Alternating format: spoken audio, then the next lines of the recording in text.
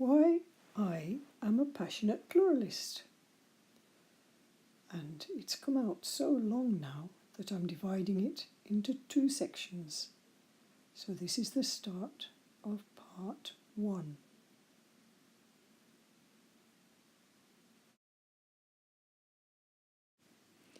Why I am a passionate pluralist. This is a record of my very first public talk to members of our Saffron Walden Quaker meeting on Sunday the 10th of February 2019. After about 20 minutes I completely forgot what else I should be saying, so quite abruptly I drew the talk to a conclusion and invited feedback. Over the next few days I edited the video record to insert all the bits I had either failed to explain well or completely missed out.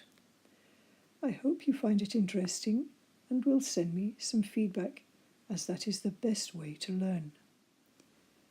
Why I am a passionate pluralist with DurgaMata Chaudhuri. Good afternoon, everybody.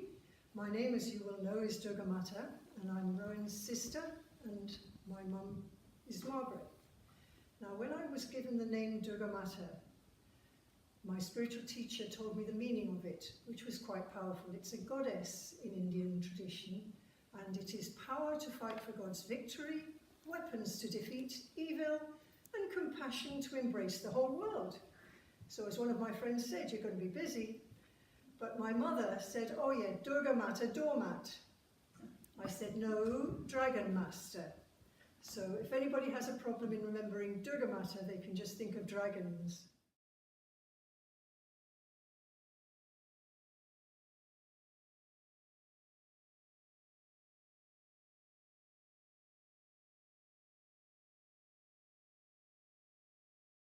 Now, the reason why I've come here today is because I, as you may know, have started a business a few years ago making hand-painted silk scarves and doing workshops.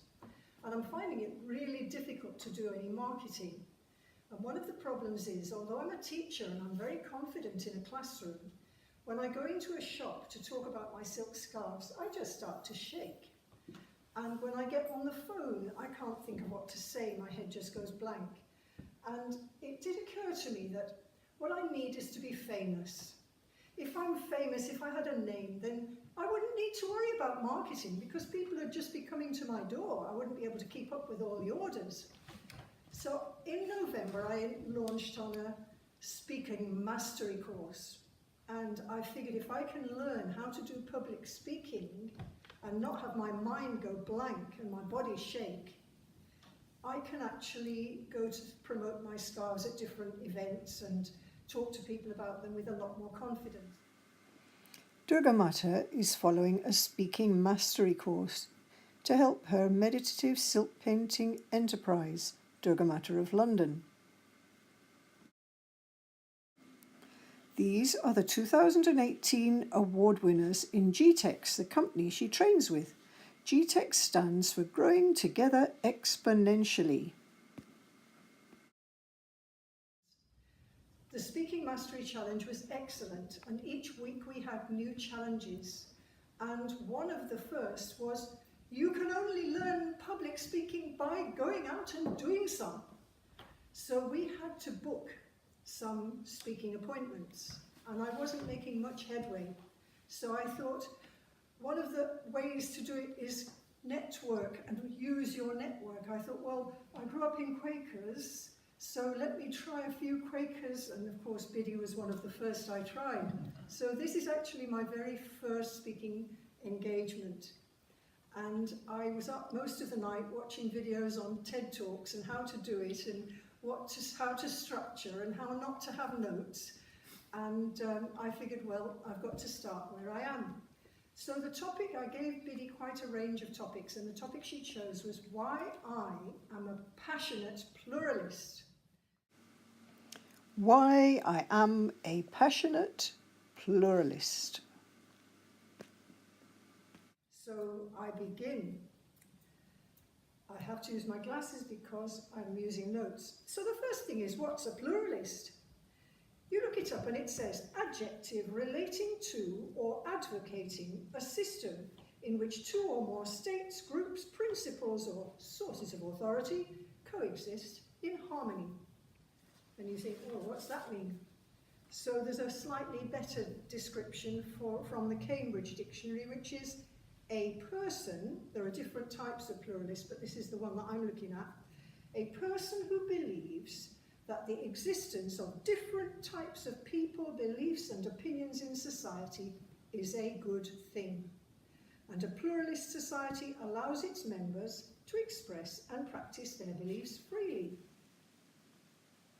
A pluralist, a person who believes that the existence of different types of people, beliefs and opinions in society is a good thing. Now, you often get insight into the meaning of something by looking at what its opposite is. So the opposite of pluralist, when it's related to religion, is exclusivist. Religious exclusivism is the belief that only one particular religion or belief system is true. Now, what I liked there were the two things, belief and true. So I picked out 4 words: belief, difference, religion and true. Belief, difference, religion and true.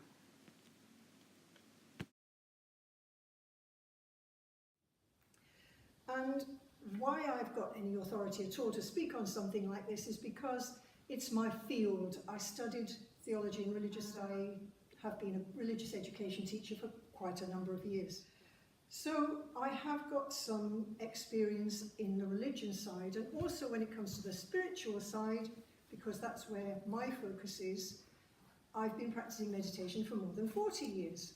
Now, when I teach religious education to a new class, I try to go underneath some of their misconceptions and prejudices. I get them to think about, what does the word religion mean? So since I'm in a new class and you're my students, can you put your hands up and tell me what you understand by the word religion?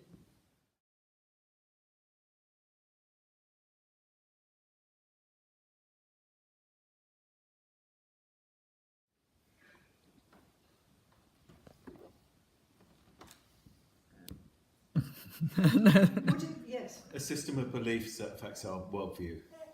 Okay, very good.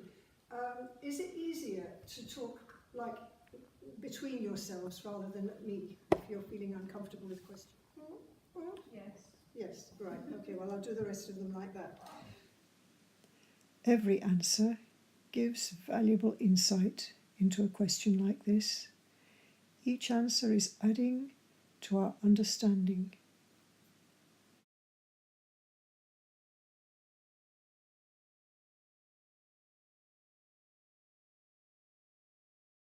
So when you look up the root of the meaning of religion, you find it is a bond. If you look up the word bond in a dictionary, you find that a bond is a force that unites. This is very interesting because when most people hear the word religion, they think of the great world religions, including the 6 that we tend to focus on in teaching religious education. In chronological order, these are Hinduism, Judaism, Buddhism, Christianity, Islam and Sikhism. I especially liked Carl's answer to my question because he was aware that religion is about much more than that. He used the term worldview, which is, like the subject of religion, all-encompassing. There are as many definitions of the word religion as there are people to offer an answer. Like most important questions in life, there is no one correct answer, but in my teaching, at least for now, I explain that we will choose this definition. Religion is a force which unites.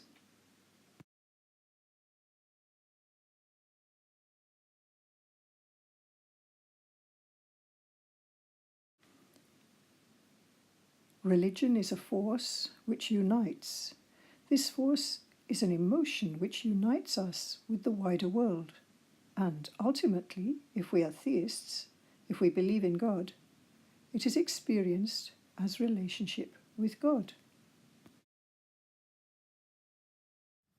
And it's nothing to do with ropes that tie you up.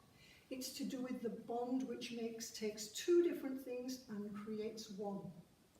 It's what you feel in a bond of friendship. And if I explain that to the children in my class, I'll say, okay, if our religion is our relationship, what relationship is it? And we decide that it's a relationship between me as an individual, finite, small, and everything else. The word religion comes from the Latin word religio, which means a bond. This bond is not like ropes that tie two things together, or like glue which only sticks the surfaces together. A bond, if you look it up in the dictionary, is a force that unites. The bond of religion is the force that connects each individual to everything else that exists. The force of religion is felt in our relationship. It unites us with everything. We feel this relationship in the depth of our heart, and it may include a sense of wonder, gratitude, love, and praise. It may lead to belief in God, or, depending on what we think about God, it may not. So it's the relationship I feel towards the trees, the land, the mountains, the oceans, the other creatures, the birds, the animals, and they do exercises where they think of what's my favourite animal, what's the animal I don't like most. Relationship can be positive, it can be negative. Draw a line, think of all the people you know, where is the relationship positive, where is it negative? And they begin to get into religion is about us and about our life and about our experience, which is crucial. Because if you cannot connect the pupils with the fact that religion is about them, you can't start. A pluralist society allows its members to express and practice their beliefs freely. Every pupil has a unique relationship with the world, a unique worldview or religious identity. Every pupil needs to know that religion is about them, their life and their beliefs. Religion is like a jigsaw, and each person is part of the picture.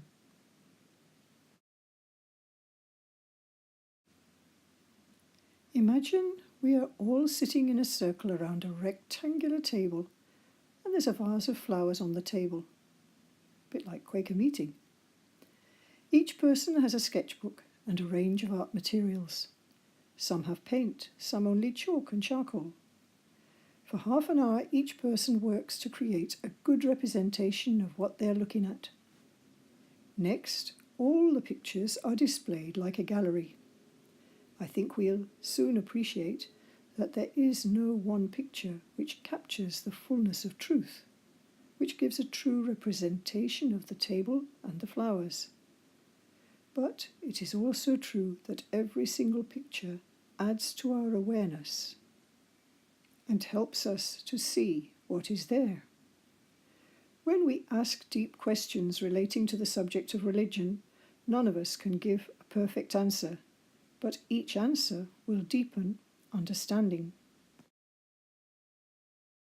A lot of the children coming into our schools, if you say, what religion are you? They say, oh, I'm a nun. I don't have a religion. It's nothing to do with me. I shouldn't be doing RE. I don't believe in God. And so we start with another question. Between yourselves, what's your concept of God? Because if we don't understand what God means, how ever can we decide whether we're theist or atheist? Theos is the Greek word for God. Someone who believes in God is a theist. An atheist is someone who does not believe in God. So clearly, how we think about or understand the meaning of the word God is absolutely crucial.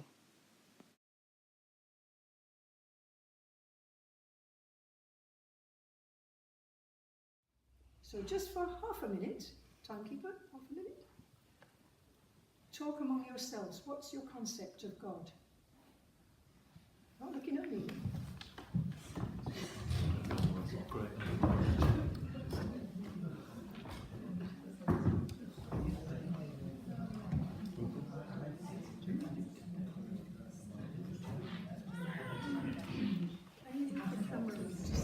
Sorry, yes, I was doing that before.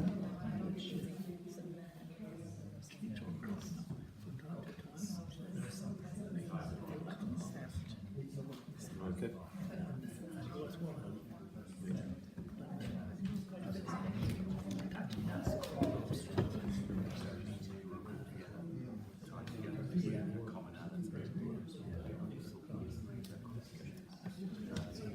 That's definition. That's definition. And for me, it's the spiritual environment.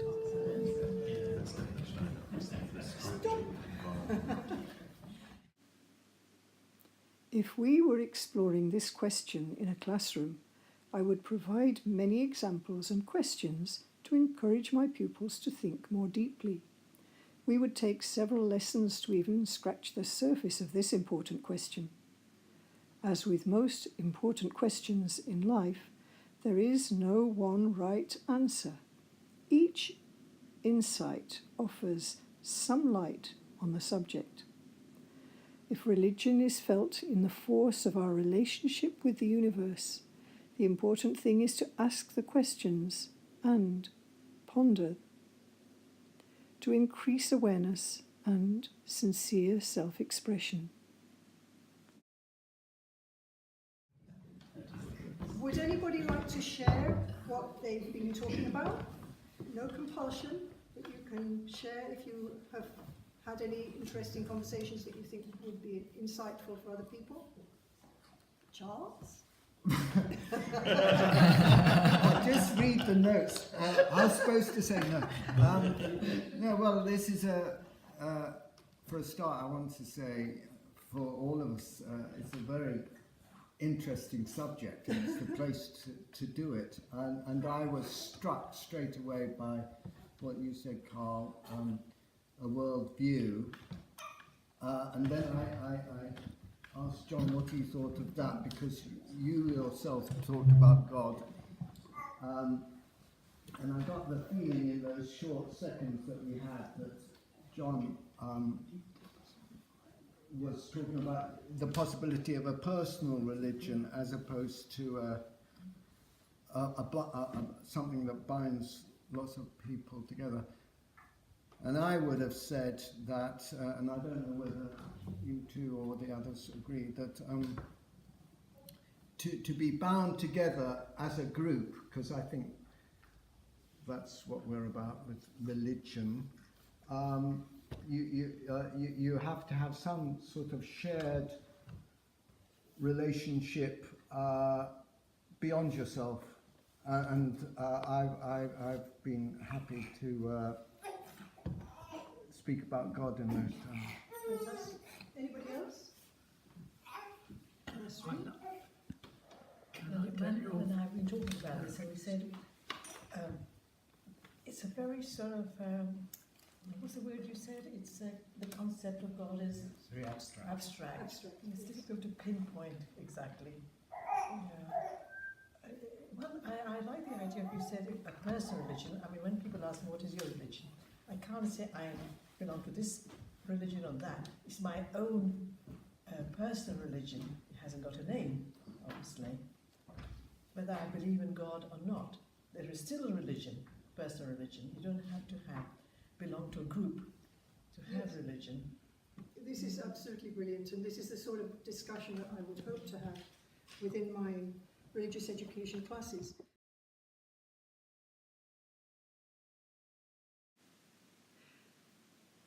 I am a passionate pluralist, because a pluralist society allows its members to express and practice their beliefs freely. Part of my job as a religious education teacher is to create a classroom where there is a strongly pluralistic attitude, because every pupil has a unique relationship with the world, a unique worldview or religious identity. Every pupil needs to know that religion is about them, their life, their belief, their own understanding. Religion is like a jigsaw, and each person is part of the picture. And one of the next exercises that I give them, I bring in a folded piece of paper, round about a passport size, and they have to create a religious identity passport. They have to be able, if they're atheist, to explain what it means and why. They have to be able to explain, if they're theist, what they mean by that. And they learn the term agnostic. And the way that I explain agnostic is, at the moment, I just don't know. I know there are some really intelligent people who believe in God, passionately. I know they've lived and died their lives by it. I can see other people are very powerful and influential, and they rubbish the idea of God, and they even say, oh, you lot are all deluded. Well, I'm not calling them deluded, and I'm not calling them wrong. I just don't know. So my starting point for the class is basically, if you don't know, if you're not practicing a religion, if you're not belonging within a religious community, try and keep an open mind, and then you're going to learn. And if you are someone who rejects the idea of God completely, understand why. Because there's an awful lot of children that say, God's rubbish, science has proved he doesn't exist, why are we doing RE? And no, science hasn't proved anything of the sort, because science isn't asking that question. One exercise I like to use when we're exploring what I call the God question in class is to compose poems. These have a simple structure. If God were a, he, she, or it would be a because. A theist might interpret this by writing something like this. If God were a tree, he would be an oak tree because oaks are the strongest trees in the forest.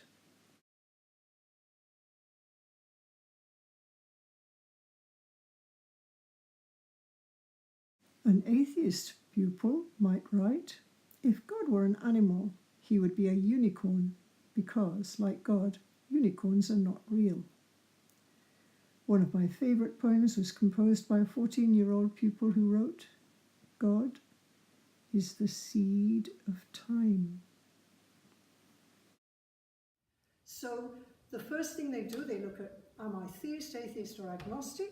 And then, what's my concept or relationship with the universe? Would I say I'm interested in spiritual things, or am I secular?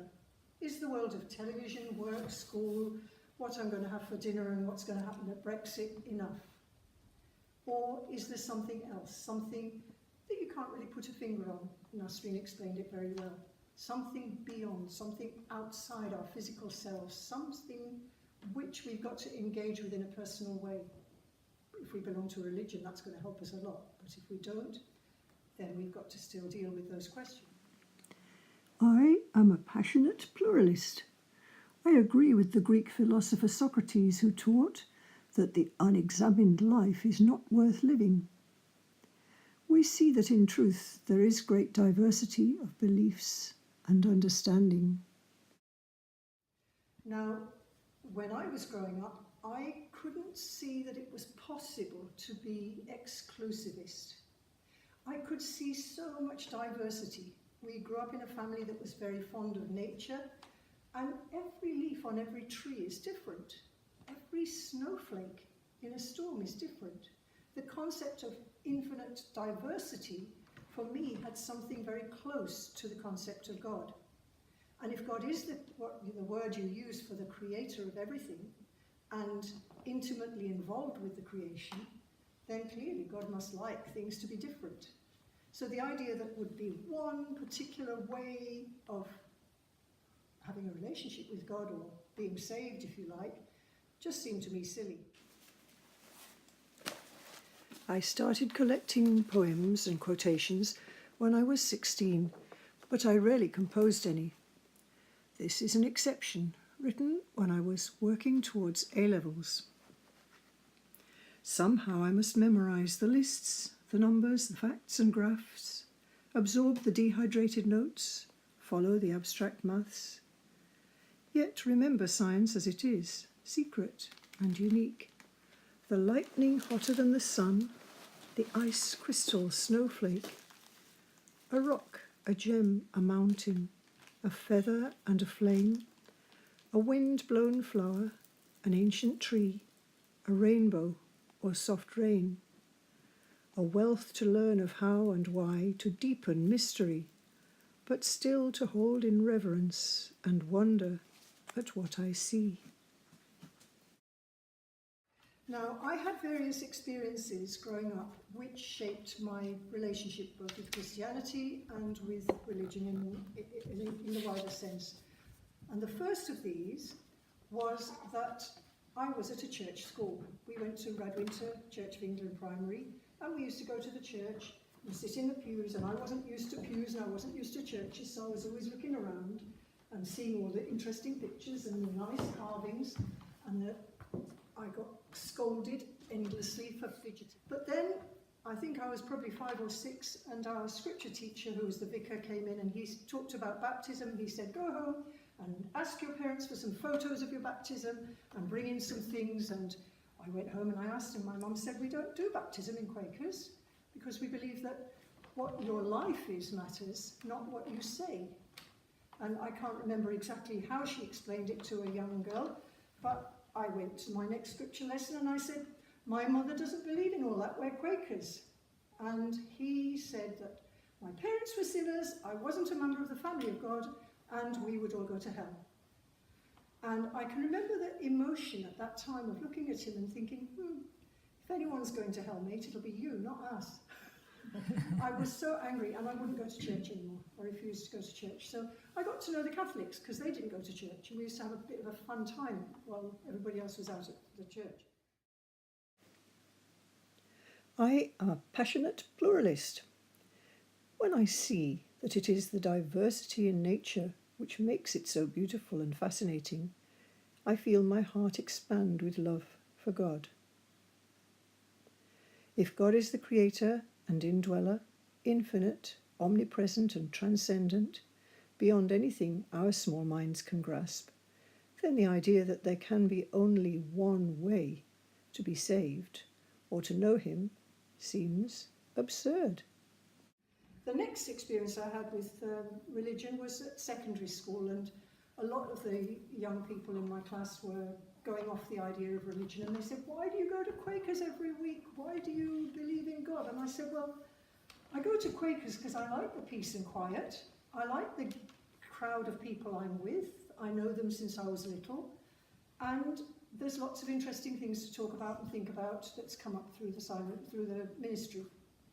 So it's giving my life some quality. And if God exists, fine. If he doesn't exist, I'm still getting some benefit. But what you find is, if you do have a strong faith, is you start to get experiences. The relationship is not just one way. And one of the first of these for me was Christmas Eve. My mum was hoovering in her bedroom. Everybody was in a bad mood. I thought it was all my fault. I was sulking in my bedroom. I was probably about 14 or 15. And I was just like not wanting to be there and thinking if I wasn't here it would be a lot better. And as I sat there, I started to get this sense that I was sitting on my mother's knee, and she was saying, boy, look at me, look at me. And I, no. And in the end I had to turn around inwardly to look at my mother, who was God.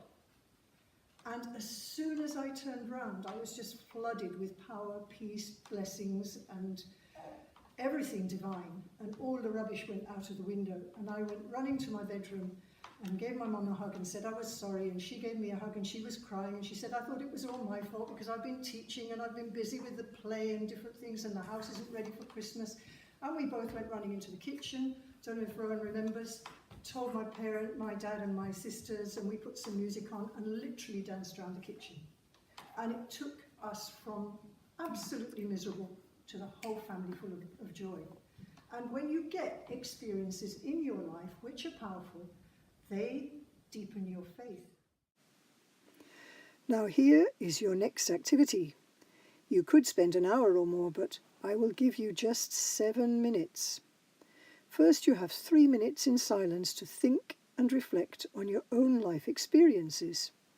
Think of occasions when someone behaved in a way which was negative, hostile, critical or harmful to your growing identity as a spiritual person. Then think of any experiences which you might describe as spiritual, transforming the way you are feeling and bringing you joy. Rudolf Otto studied such experiences. He called them experiences of the numinous. They are often so personal that we don't like to share them, but he found by far the majority of human beings do have numinous experiences.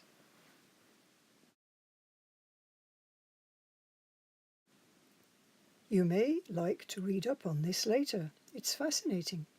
I think some 80% of people, of the thousands Otto questioned, had personal experience of the numinous, although some of them tried to explain it away.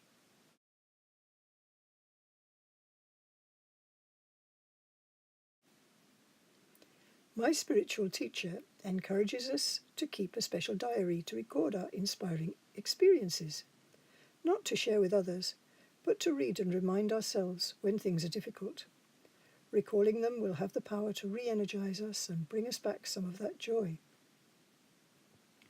Now, after spending 3 minutes reflecting on your own experiences, both negative and positive, in relation to your own experience of spirituality, you will have 2 minutes each to share just something with your partner.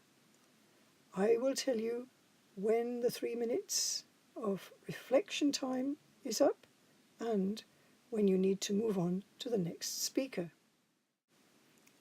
Coming now to the end of part 1, but I will repeat a little bit at the beginning of part 2 so that you don't forget what it was about.